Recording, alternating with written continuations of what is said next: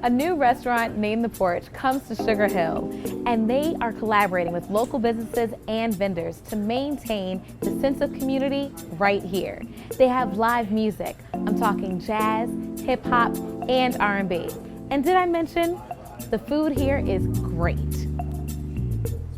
I really just want to say thank you to all of you for coming.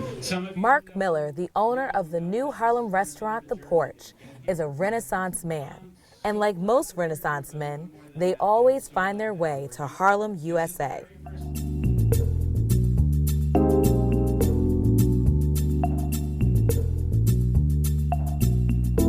The Porch restaurant, located at 750A St. Nicholas Avenue, incorporates just about all of Mark's life experiences: hospitality, music, food, real estate, and friendship.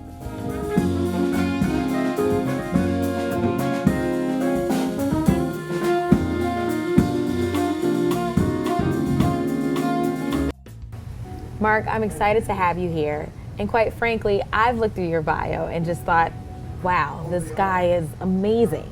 But can you walk me through your career journey? Ooh, okay.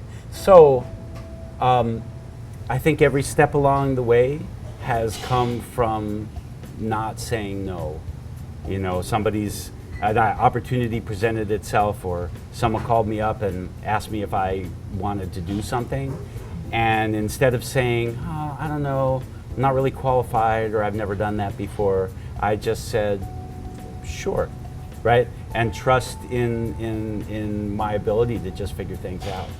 So I went to school for ethnomusicology and comparative religions, very career-minded, right? And I got out of school and there was nothing. I made one call for a job teaching religion, and they asked me if I was Catholic. And I said, you mean Catholic with the little c or Catholic with the big C? Because Catholic with the little c, yeah, I'm open to everything, and it was a click. So I went to work in a music store. It led to a job in the music software industry. One of my housemates was reverse engineering the Sega Genesis, and I was getting a little burnt out of the software business, and out of nowhere, a guy named Greg Johnson called me up, heard those two things, put them together, and said, I heard you're writing the music software for the Sega Genesis. And I said, no, I am not, but I'll bet you need music for a video game, and I'll bet I could do that. And that became Toe Jam and Earl, which was means a lot to a lot of people. A very, very fun video game. Yeah, and the first time there was that kind of music, like rhythm and blues, you know, kind of funk music in a video game, that had never happened before.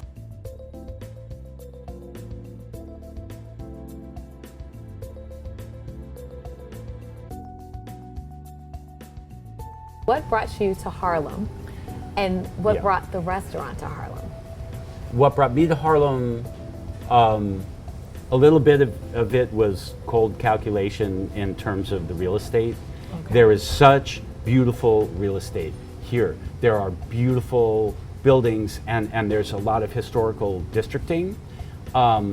And it's on a high elevation, and I don't know why, but I've always lived on hills, on top of hills. You know, when the enemy comes, you want to be on the high ground. Absolutely. Right? So, as we started exploring up here, people said hello.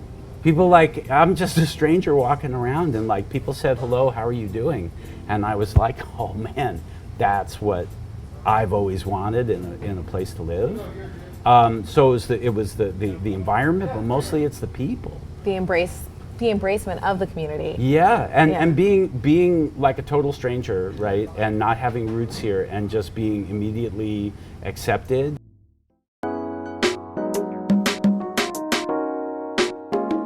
Mark has an experienced crew for his kitchen. Their seasoned executive chef, Matt Fisher, and Matt's sous chef, Hassan Salim. Together, they're cooking up an awesome menu.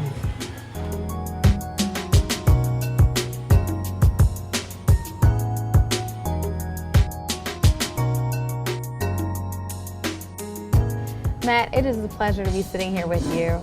And I Pleasure. must be honest, I've seen some of the food coming out of the kitchen, and it took everything in me to stay in my seat, to not attack the server, to not take a fork and just.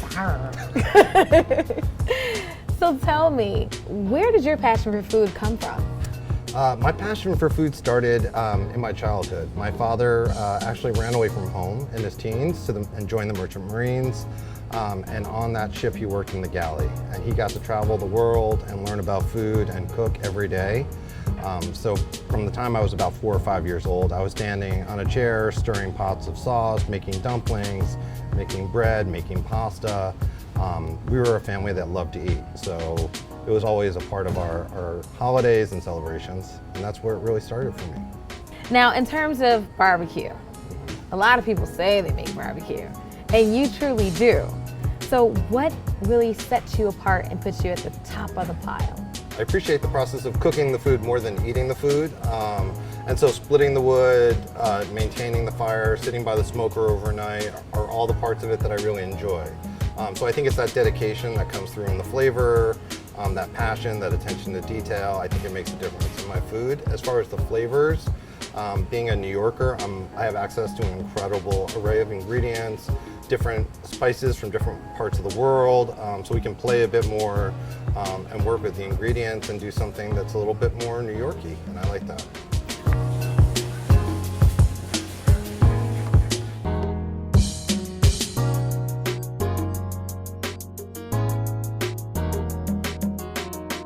Chef, I'm happy to be sitting here with you, so please speak to your role here at the Porch. I'm the chef de cuisine, the CDC. My role is to take Chef Matt's idea and make it work. I train everybody, and I need to take the time to be down and the food to come out perfect. For everything. Everything. Do you have a special dish that you enjoy preparing the most? Yes, the vegan sausage is one of my additions to the menu, and I enjoy preparing that the most because I'm a vegetarian, and nowadays these people need a lot of different selections, and pork, I'm gonna counter that with vegan stuff. Also on the menu at the Porch, there's mouth-watering items such as their hickory smoked barbecue chicken and baby back ribs, served with 2 sides and house pickles. The backyard burger with comeback sauce and cheese on a brioche bun, and so much more.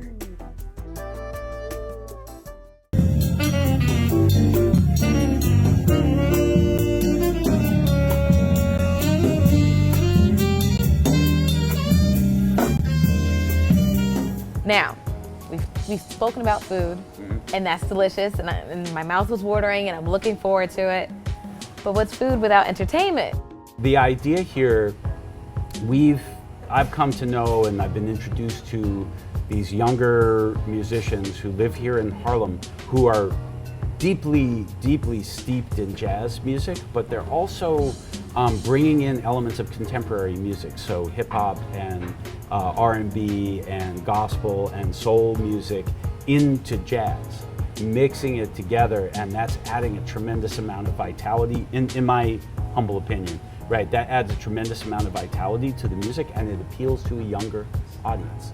So we're hoping to do some residencies here and get a little bit of a scene going that will really be based around this new voice of jazz music in Harlem. I'm so glad that you said that, because I have spoken with other musicians and they've all been in alignment with what you're saying in terms of the music aging out. And so in terms of chasing the new demographic or a younger demographic and bringing them in, you mentioned the residencies, but what other components will you use as a draw to really solidify that you constantly have that rotation going? Cocktails, craft cocktails. So Paul Skimmerhorn is here. He's coming from the Mark Hotel, and he's putting our cocktail program together. And we're getting into the tiki vibe. So I think the combination of great late night food and cocktails and craft beer and fine wine program and a cool place to hang out with a friendly vibe and the outdoor seating and having no competition anywhere around, right, till you get all the way That's- over to that's Broadway. helpful. Right. I think that's going to attract a lot of the younger people who are both here in the neighborhood now and who are moving into this neighborhood.